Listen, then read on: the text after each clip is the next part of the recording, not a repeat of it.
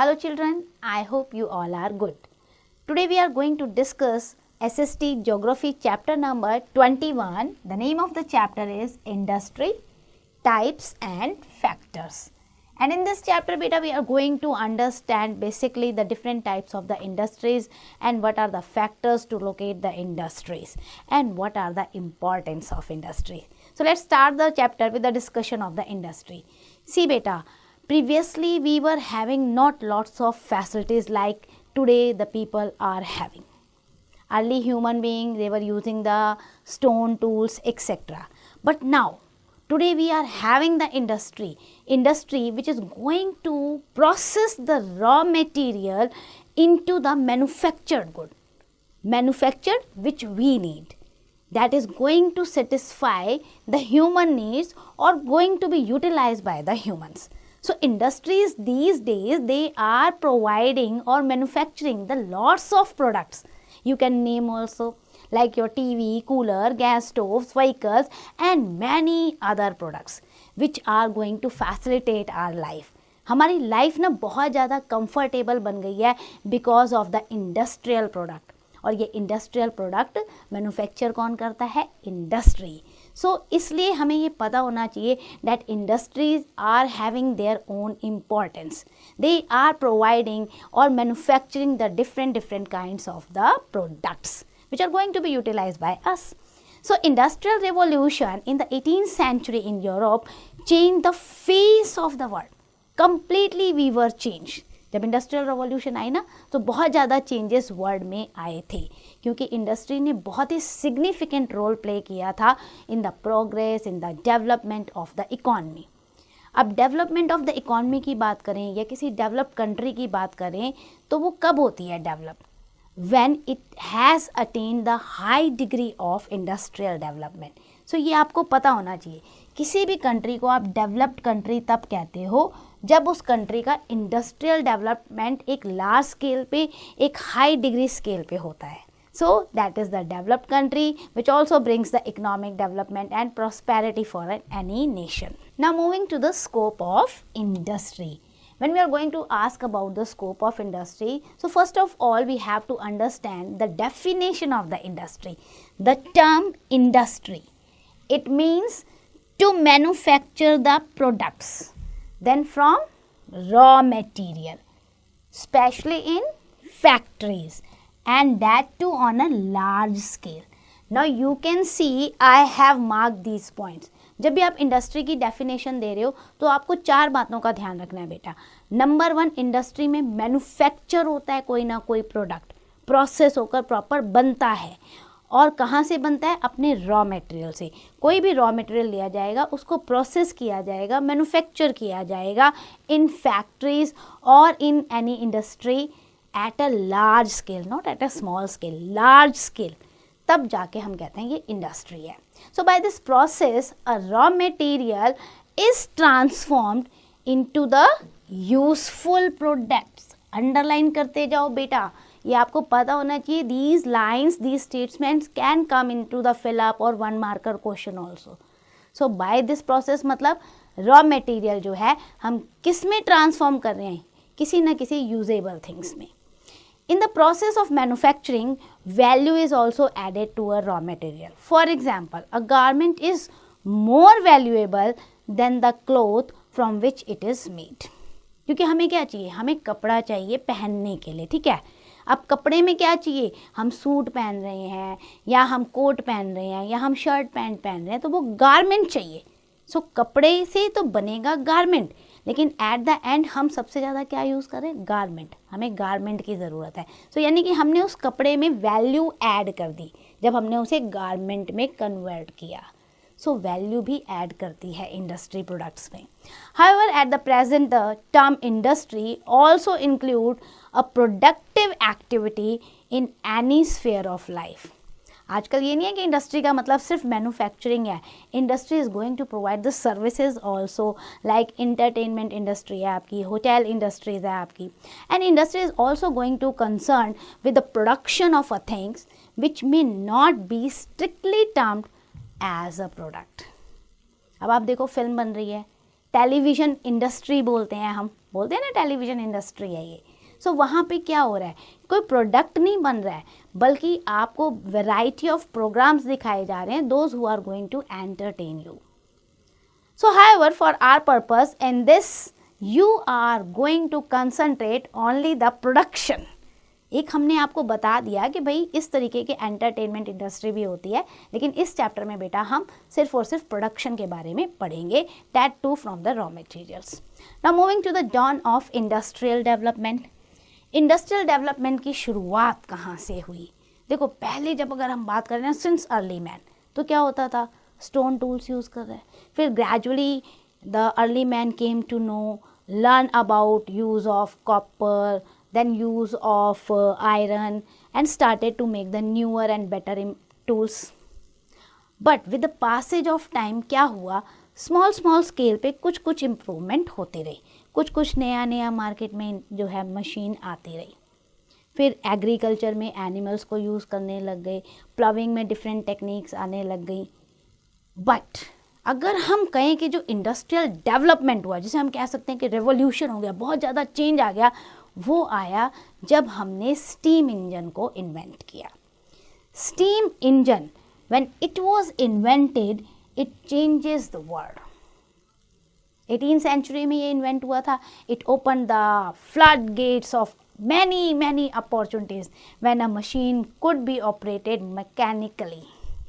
That is by using some other energy than human or animal energy. क्योंकि पहले क्या होता था, जो भी आप बना रहे हो उसे ह्यूमन जो है चला रहा है या उसे एनिमल चला रहा है, लेकिन अब जो है ये मशीन ऑपरेट हो रही है mechanically because of the invention of steam engine. So it meant that a person could do more work than he could do himself. So steam engine ने बहुत बड़ी क्रांति लाके इंडस्ट्रियल एरिया में रख दी. When this new other kinds of machine also invented. Gradually क्या हुआ, steam engine के बाद तो अदर मशीन्स भी जो हैं स्टार्टेड हो गई, अदर इन्वेंशन भी स्टार्टेड हो गई. So that's why this period is known as the industrial revolution period. अब आप देखो इस पीरियड में क्या हुआ, machines were invented and used for manufacturing diverse goods. Number 1, बहुत सारी मशीन इन्वेंट होने लग गई, और वो मशीन क्या करती थी, डिफरेंट काइंड्स के गुड्स को मैन्युफैक्चर करती थी. नंबर 2, इंडस्ट्रियल रेवोल्यूशन पीरियड में क्या हुआ, machines helped to produce goods on a large scale. पहले तो थोड़ी बनती थी, अब लार्ज स्केल पे बनने लग गई. तो क्या हुआ, उस समय जो कॉटेज इंडस्ट्री या डोमेस्टिक सिस्टम जो प्रोडक्शन का था, वो चेंज होकर फैक्ट्री सिस्टम में आ गया. पहले सिर्फ घर में कुछ लोग बैठ के काम कर रहे हैं, है ना, या कम्युनिटी के लोग बैठ के काम कर रहे हैं. बट अब क्या हुआ कि नहीं, एक प्रॉपर एरिया चाहिए जहाँ पर लार्ज स्केल पे प्रोडक्शन हो सके. सो ये डोमेस्टिक सिस्टम कन्वर्ट हो गया फैक्ट्री सिस्टम में. Then third change, energy to run machines was obtained from coal, then water, then mineral oils. यानी अब आप देखो डिफरेंट एनर्जी रिसोर्सेज आ गए हमारे पास. Its use enlarge with the time.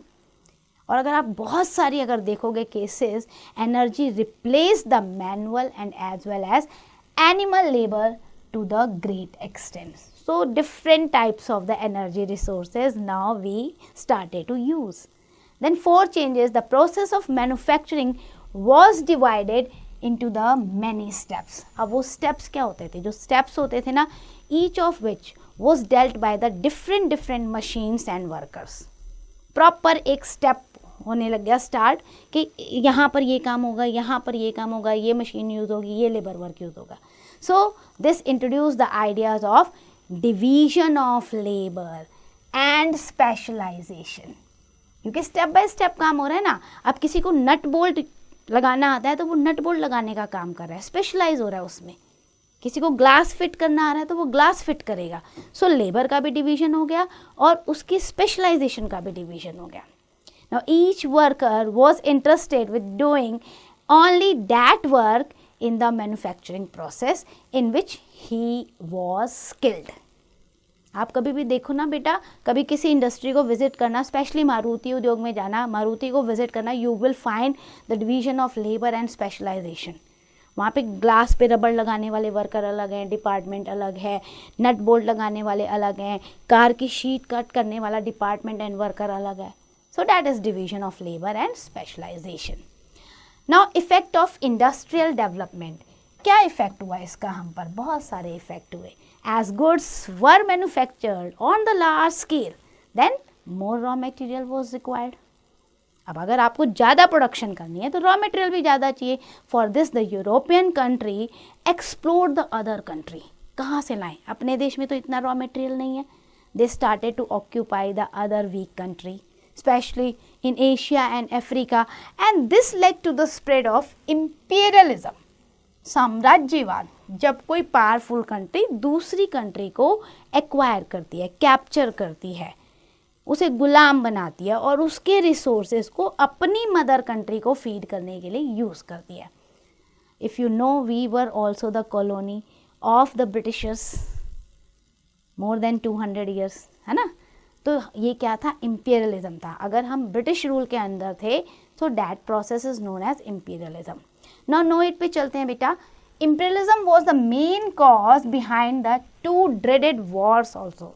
2 world war हुई थी, वर्ल्ड वॉर 1 और वर्ल्ड वॉर 2, और जिसमें आपके more than 10 crore people were died. Beside destruction of property on a large scale was also happen. So लोग भी मरे, प्रॉपर्टी भी गई, इकोनॉमिक लॉस भी हुआ, पॉलिटिकल, सोशल, हर तरीके से हम वीक हो गए थे. सो कहीं ना कहीं इस इम्पीरियलिज्म की वजह से लॉस भी बहुत ज़्यादा हुआ है. Now moving to the second effect. As goods were manufactured on the large scale, now what happened? The new markets were needed. आपने बहुत सारी चीज़ें बना ली, अब उसे बेचोगे कहाँ? You need to sell those products ना, then only you are going to get the profit. उसको सेल करने के लिए you need the new markets. अब मार्केट्स बनाना शुरू हो गया. So these markets were found in the countries which they had conquered like India. Then the machine produced goods were cheap, while the handcrafted goods were more expensive. This threw the craftsmen out of the business. कहीं ना कहीं cottage industries को या handcraft जो work था उसको कहते हैं ना बैडली हिट किया इन्होंने, क्योंकि मशीन गुड्स सस्ती होती थी तो लोग उस तरफ डाइवर्ट होने लग गए. They started to use the machine product as compare to the handcraft product. So the Indian craftsman suffered pathetically when the industrial goods were introduced in the Indian economy, and that's why the Indian craft and Indian country gradually become the poor country. Now moving to the raw material. Raw material की बात करते हैं. So as we know that industry requires the lots of raw material to convert or to process them into the different final products. For example, हम चीनी खाते हैं, sugar industry होती है, बट शुगर इंडस्ट्री शुगर कैसे बनाती है? What product they use as a raw material? That is sugar cane. तो यहाँ क्या हुआ? शुगर केन आपका रॉ मटेरियल है. Then cement industry, they use the limestone to make the cement. So limestone जो है that is the raw material to make the cement. और ये मोस्ट इम्पॉर्टेंट क्वेश्चन है बेटा, ये बहुत बार ना डिफरेंट क्लासेस में पूछा गया है कि which product is use to make the cement या which product is the raw material for cement. So आपको आंसर लिखना है limestone. Then an industry may be engaged in manufacture of a raw material from other raw materials. अब इसमें आप example देखो, cotton industry है. Cotton industry क्या use करती है? Cotton as a raw material. फिर उससे क्या बनाती है? यार्न बनाती है, धागे, रील बनाती है. फिर वो यार्न जो है वो उससे क्या बनता है? कपड़ा बनता है, कॉटन टेक्सटाइल. और कॉटन टेक्सटाइल जो है फिर वो गारमेंट इंडस्ट्री के लिए जो है रॉ मटेरियल हो जाती है. सो इस तरीके से अगर आप देखोगे तो कई बार एक प्रोडक्ट का स्टेप बाय स्टेप चेंज जो बनती जाती है, they are the raw material for other and then final good come into the market. So raw material basically it's an important aspects for the industry. Without the raw material industry can not run. So आप देख सकते हो यहाँ पे different industries के photograph आपको दिए हैं फाइनल प्रोडक्ट्स के. Now sources of raw material की बात करते हैं हम बेटा. अगर हमें ये पता है कि इंडस्ट्री को कोई ना कोई रॉ मटेरियल तो चाहिए मैन्युफैक्चर करने के लिए. अगर हम कार भी बना रहे हैं तो हमें ग्लास चाहिए, स्टील चाहिए, बहुत सारी चीज़ें चाहिए, रबर चाहिए. तो सोर्सेज क्या हैं रॉ मटेरियल के? सबसे पहला सोर्स होता है एग्रीकल्चरल प्रोडक्ट। बहुत सारी ऐसी इंडस्ट्रीज होती हैं जो एग्रो बेस्ड इंडस्ट्रीज होती हैं and they are taking the raw material from the agriculture. तो जब हम एग्रीकल्चर से रॉ मटेरियल लेके कुछ प्रोसेस करते हैं तो उसे हम कहते हैं agro based industry. Like cotton industry हो गई आपकी, जूट इंडस्ट्री हो गई, शुगर इंडस्ट्री हो गई, टेक्सटाइल इंडस्ट्री है, टोबैको इंडस्ट्री है। So these are agro based. Then the industries are also taking the raw material from the minerals. So industries which are taking the raw material from the minerals, they are known as mineral based industries. अब उस कैसे, कोई industry iron and steel use कर रही है, aluminium use कर रही है, कॉपर इंडस्ट्री है, सीमेंट इंडस्ट्री है, so they are taking raw material from the minerals. Now animals and cattle, there are many industries who depend on the animals products. So जो animal products को use करती हैं as a raw material, so हम उन्हें कहते हैं pastoral based industry. अब ये मत कहना animal based industry, pastoral based industry कहते हैं. एनिमल प्रोडक्ट कैसे होते हैं, देखो बहुत सारे एनिमल्स हैं हमारे, शीप है, गोट है, कैटल हैं, इंसेक्ट्स एक्सेट्रा हैं. हम उनके जो है देखो मिल्क पे डिपेंड करते हैं, स्किन पे डिपेंड करते हैं, फ्लैश पे, बोन्स पे, हॉर्न्स पे, बहुत सारे. अब हमें चीज़ बनाना है ना, तो हमें तो एनिमल पे डिपेंड करना पड़ेगा, मिल्क चाहिए हमें. So these all are used as a raw material in some industries. Woollen textile है, हमें वूल चाहिए तो हम शिप को यूज़ करते हैं. सिल्क इंडस्ट्री है तो हम क्या यूज़ करते हैं, कोकोन को यूज़ करते हैं. लेदर गुड्स इंडस्ट्रीज़ हैं, डेयरी प्रोडक्ट्स हैं, पोल्ट्री फार्मिंग एक्सेट्रा जो है. So poultry industry use the animals products. So इसलिए हम इन्हें कहते हैं पास्टोरल बेस्ड इंडस्ट्री. देन आपके आते हैं रॉ मटेरियल फॉरेस्ट से. फॉरेस्ट प्रोडक्ट को हम यूज़ करते हैं तो इसलिए हम उन्हें कहते हैं forest based industry. Forest product जो यूज़ होते हैं ना, manufacturing goods, that is paper industry, cardboard industry है, फर्नीचर है, रबड़ इंडस्ट्री है, रेयन है. देन आपका स्पोर्ट्स गुड्स इंडस्ट्रीज़ हैं, ऐसी बहुत सारी इंडस्ट्रीज़ हैं. Those are using the products from the forest. Then marine based products भी आप यूज़ करते हैं तो हम कहते हैं मरीन बेस्ड इंडस्ट्रीज़ हैं, जहाँ पे हम सी प्रोडक्ट्स को यूज़ करते हैं. फिश पैकेजिंग इंडस्ट्री जो है वो मरीन प्रोडक्ट्स को यूज़ करेगी.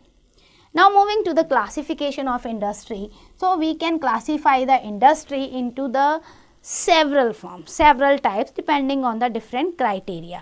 Like ownership ले सकते हैं, product size ले सकते हैं. तो आप ये देखो फ्लो चार्ट में ओनरशिप के अकॉर्डिंग क्लासीफाई किया हुआ है, देन प्रोडक्ट के अकॉर्डिंग क्लासीफाई किया है, and after that size of industry के अकॉर्डिंग क्लासिफिकेशन गिवन है. तो सबसे पहले बात करते हैं हम classification on the basis of ownership.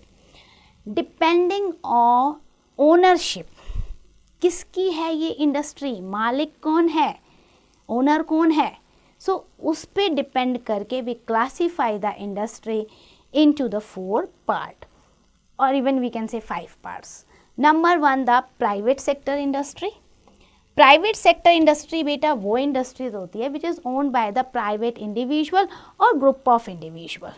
Like आपने अगर अकेले इंडस्ट्री खोली है तो आप हो गए इन इंडिविजुअल, और मे बी आपने अपने फ्रेंड्स के साथ या कुछ ब्रदर्स सिस्टर्स के साथ मिलकर खोली है इंडस्ट्री, सो वो हो गया group of individual. So industry which is owned by the private और the group of the individual are known as private sector industry. So here you can take the example of Tata motors, ये आपकी private sector industry है.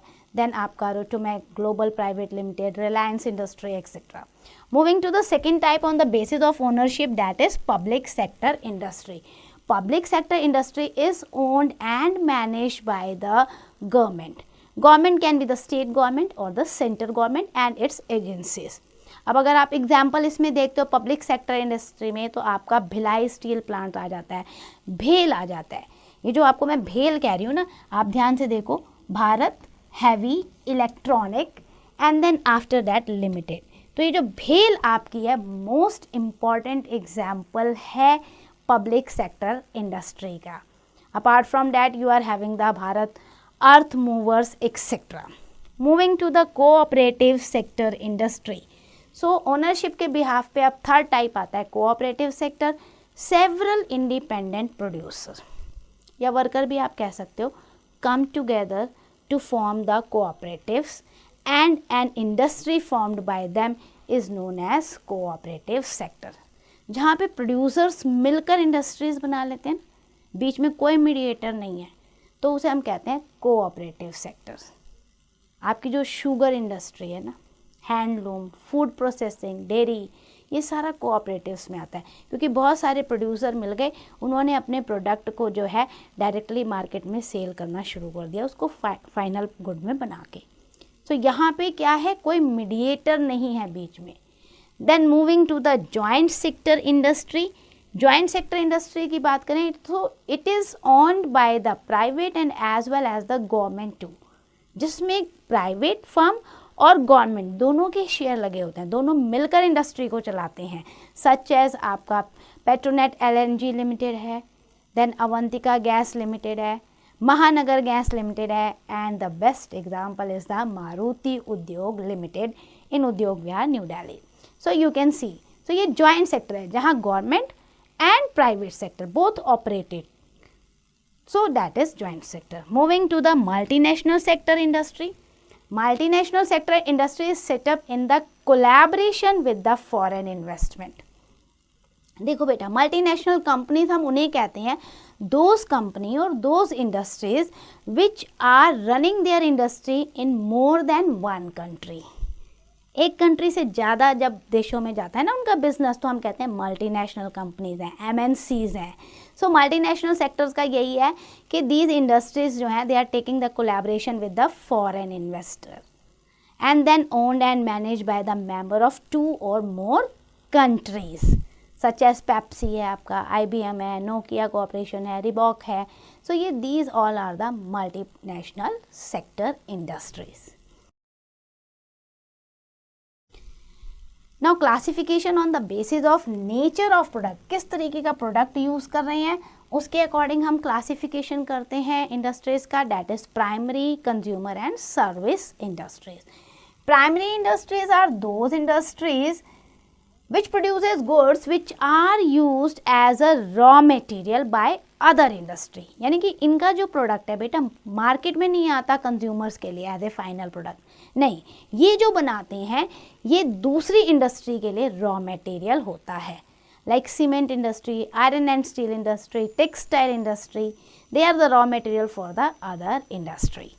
Then moving to the consumer goods industry. Consumer good industry as the name suggest, an industry of this type produces goods for directly use of the consumer, means final product बनाते हैं जो directly market में आता है और consumer उसे use करते हैं। soap industry है, salt है, medicine है, toy industry है। then service industry की अगर हम बात करें so this dealt only with the services like entertainment industry है, hotel industry, tourism industry। so यहाँ पे कुछ produce नहीं हो रहा, they are providing us the services। Now moving to the classification on the basis of size.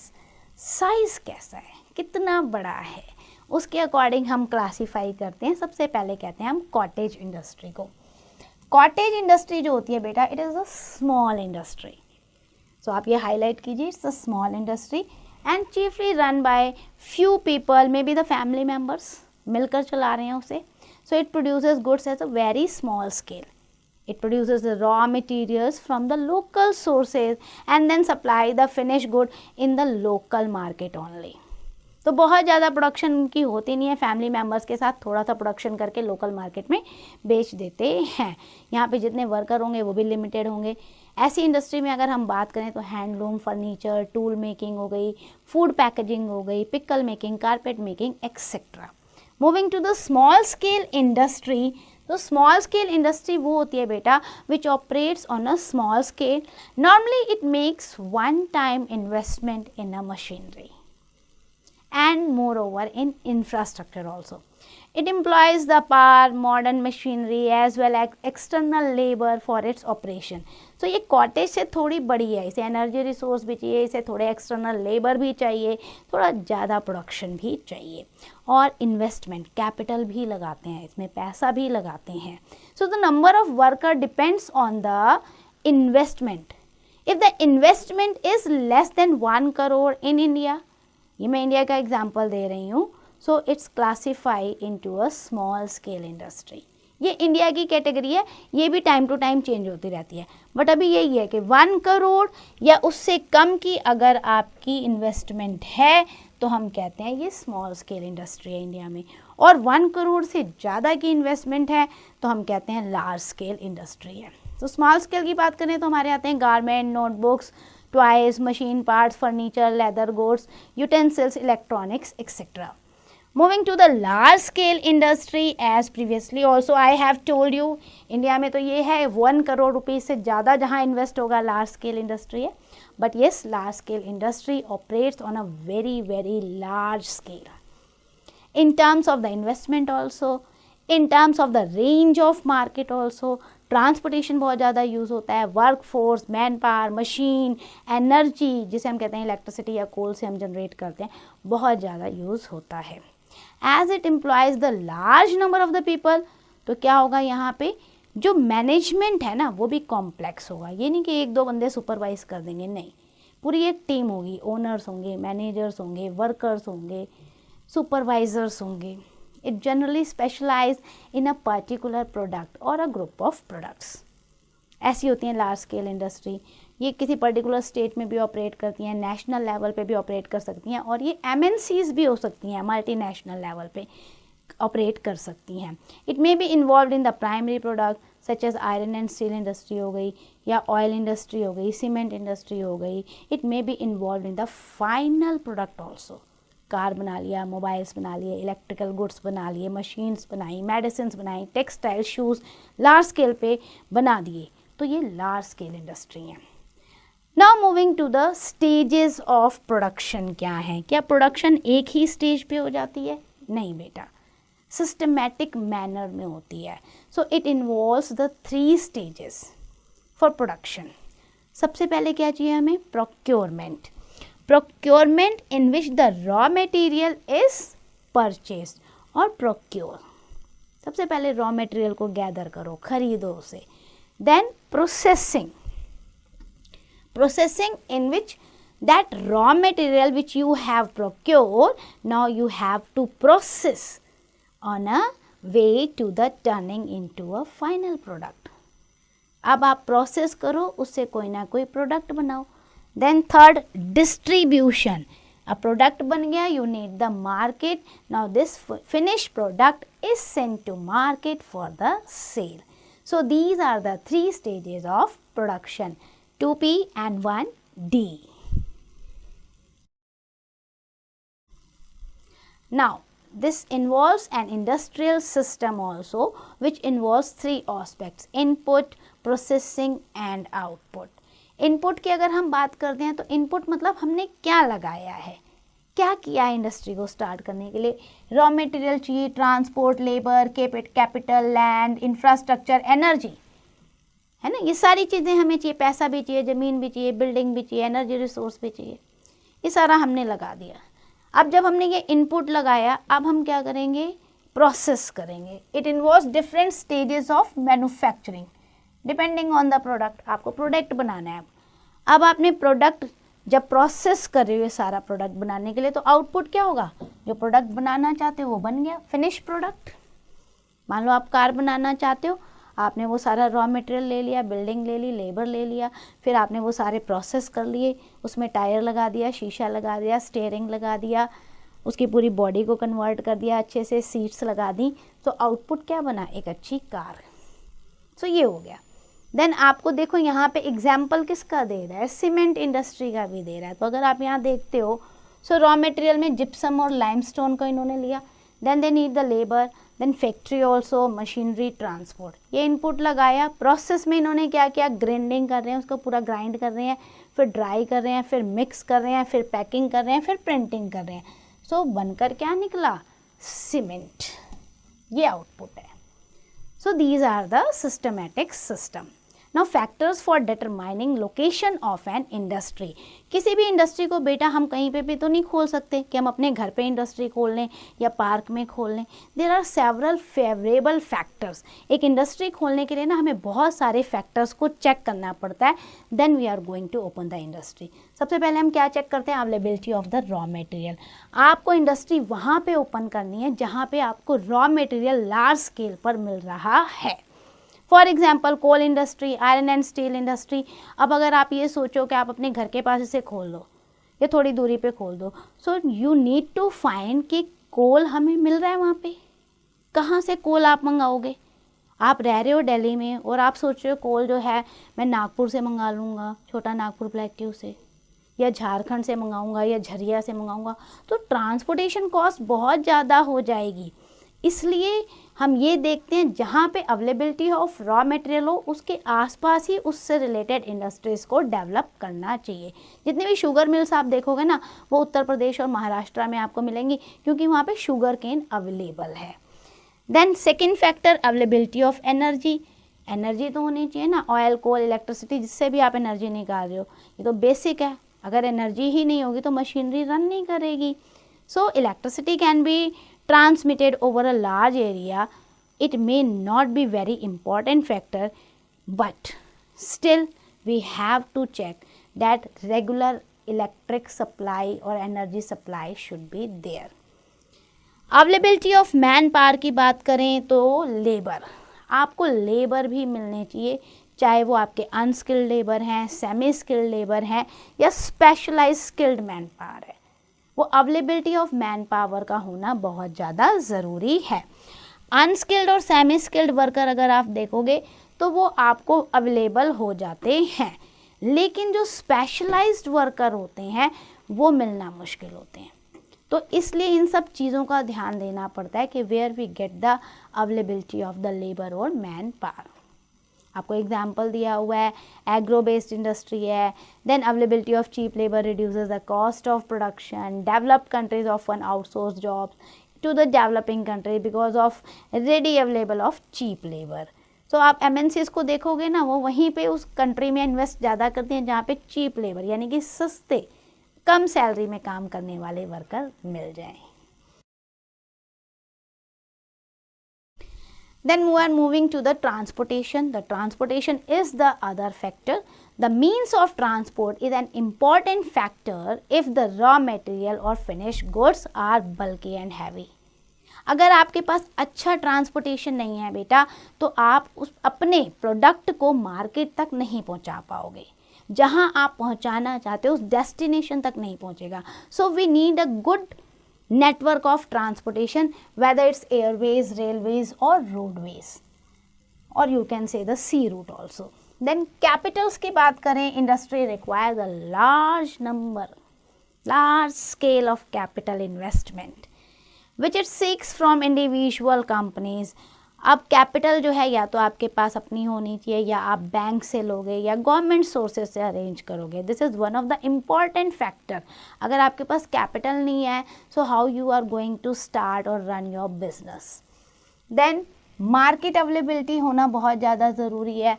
आपने जो भी प्रोडक्ट बनाया है उसकी मार्केट अगर लिमिटेड है सो आपको प्रॉफिट नहीं होगा। So you need to find out the nearby market where the product is having the large scale demand. और अगर पेरिशेबल गुड्स है आपकी और मार्केट कनेक्टिविटी नहीं है, बहुत दूर है, तो वो चीज़ तो ख़राब हो जाएगी। लाइक फ्रूट्स हैं, वेजिटेबल हैं, मीट्स हैं, डेयरी प्रोडक्ट हैं, ख़राब हो जाएंगे। So we need to find the market which is available nearby. Availability of water भी देखना पड़ता है क्योंकि many industries require the water for the processing of the industry और processing of the goods. So water की availability हम check करते हैं, तब जाके वहाँ पे इंडस्ट्रीज को ओपन करते हैं। After that government policy, law and order situation को भी देखना ज़रूरी है, whether the government policies are in the favour और नॉट, टैक्स कंसेशन है या नहीं है, लैंड चीप रेट पे मिल रहा है या नहीं मिल रहा, supply of power concessional rates पे है या नहीं है, कितना ज़्यादा पॉलिसी हमें फेवर कर रही है। So we are going to check the policy of the government before opening any industry. आप ये देखो, आपको एग्जाम्पल दिया है, many industrialist have decided against setting up industry in West Bengal and Uttar Pradesh in view of this. Industrialists prefer to stay away from Jammu and Kashmir earlier, but after the abrogation of Article 370 in 2019 अब जम्मू कश्मीर में भी जा रहे हैं। हर चीज़ को देखना पड़ता है ना, जहाँ पे आपको बहुत ज़्यादा प्रॉब्लम होगी वहाँ तो आप अपनी इंडस्ट्री रन नहीं करोगे। Then miscellaneous factors हैं. In addition to all these factors, we are having the different kinds of factor. Climate check कर लेते हैं, temperature, rainfall, relief feature, ये सब भी ध्यान में रखते हैं हम इंडस्ट्रीज ओपन करने से पहले. आप देखो कॉटन इंडस्ट्री जो है, it needs the humid climate which is available in Maharashtra and Gujarat. सो जितना भी आपको दिखेगा ना इंडस्ट्रीज, वो आपको वहीं आसपास नज़र आएगा. So that's end for the chapter. Let's do the quick revision. सबसे पहले हमने क्या डिस्कस किया? इंडस्ट्री का meaning. It means to manufacture the products from raw material in factories on a large scale. Then we have discussed industrial revolution introduced the factory system in Europe in which division of labor and specialization. ये दो चीज़ें start हो गई थी. Then industrial revolution had a great impact on the world also. Raw material for industry is sought to from the different field. कहीं से भी raw material लेते हैं ना, मिनरल से लेते हैं, एग्रीकल्चर से लेते हैं, cattle, forest, etcetera. After that we have discussed industries are classified on the several bases like size है, ownership है, product है. Then we have discussed production goes through the 3 steps. 2 P's मैंने आपको बताए थे, input, then आपका processing and after that output. Then important favorable factors भी होते हैं, availability of raw material, energy, manpower, transportation, capital, market, etc. We need to check before opening any industry in any region. So I hope you understand each and every concept. Now it's your turn. Do the exercise carefully.